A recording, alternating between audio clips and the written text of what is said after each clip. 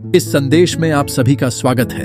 आज हम पहले श्लोक 54 से लेकर श्लोक 61 तक संस्कृत भाषा में सुनेंगे, फिर उसके पश्चात उसके अर्थ को समझेंगे और उसके बाद इन श्लोकों से हमें क्या समझ मिलती है यह हम आखिरी में समझेंगे। चलिए अब आरंभ करते हैं। द्वितीय अध्याय, श्लोक 54। अर्जुन उवाच स्थित प्रज्ञस्य का भाषा समाधिस्थस्य केशव स्थित दीह किम प्रभाषेत किमासीत व्रजेत किम। द्वितीय अध्याय, श्लोक 55। श्री भगवान उवाच प्रजहाति यदा कामान् सर्वान् पार्थ मनोगतान् आत्मयेवात्मना तुष्टः स्थित प्रज्ञस्तदोचते।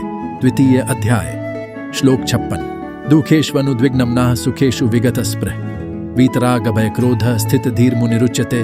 द्वितीय अध्याय, श्लोक 57। यः सर्वत्रान्भिस्नेहस्तत्तत् प्राप्य शुभाशुभम् नाभिनन्दति न द्वेष्टि तस्य प्रज्ञा प्रतिष्ठिता। द्वितीय अध्याय, श्लोक 58। यदा संहर्ते छाया कूर्मोऽङ्गनीव सर्वशः इन्द्रियाणीन्द्रियार्थेभ्यस्तस्य प्रज्ञा प्रतिष्ठिता भी। द्वितीय अध्याय, श्लोक 59। विषया विनिवर्तन्ते निराहारस्य देहिनः रसवर्जं रसोप्यस्य परं दृष्ट्वा निवर्तते। द्वितीय अध्याय, श्लोक 60। यततो ह्यपि कौन्तेय पुरुषस्य विपश्चितः इन्द्रियाणि प्रमाथीनि हरन्ति प्रसभं मनः। द्वितीय अध्याय, श्लोक 61। तानि सर्वाणि संयम्य युक्त आसीत् मत्परः वशे हि यस्येन्द्रियाणि तस्य प्रज्ञा प्रतिष्ठिता। अब हम इन श्लोकों के अर्थ को समझेंगे। अर्जुन ने भगवान श्री कृष्ण को पूछे, हे केशव, समाधि में स्थित परमात्मा को प्राप्त हुए स्थिर बुद्धि पुरुष का क्या लक्षण है? वह स्थिर बुद्धि पुरुष कैसे बोलता है, कैसे बैठता है और कैसे चलता है?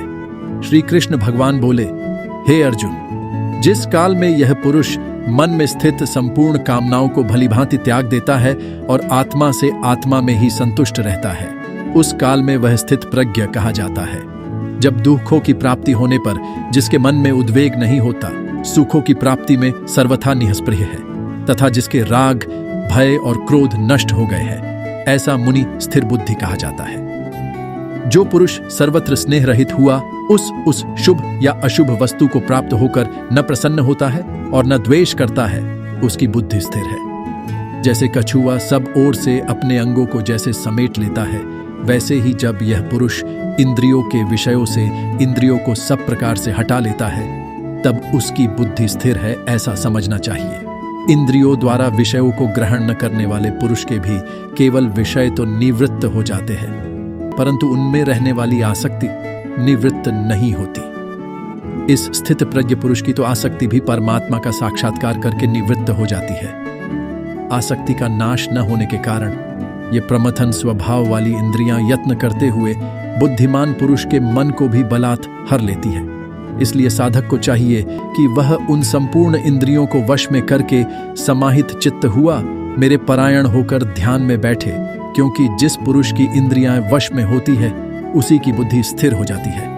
इन सभी श्लोकों से हमें यह समझ मिलती है कि इंसान को चाहिए वह अपने मन को दुख में दुख और सुख में सुख मनाने का मौका न दे, और घटना कोई भी हो, हर घटना में अपने मन को विचलित न होने दे। इंसान को चाहिए वह हर समय सजग रहकर अपनी इंद्रियों को अपने वश में रखे और अपना हर रोज का एक समय निर्धारित कर ध्यान में बैठे और अपने ध्यान के अवधि को धीरे धीरे बढ़ाते जाए। चलिए आज यही तक ही हम फिर मिलेंगे, तब तक के लिए सबको शुभेच्छा।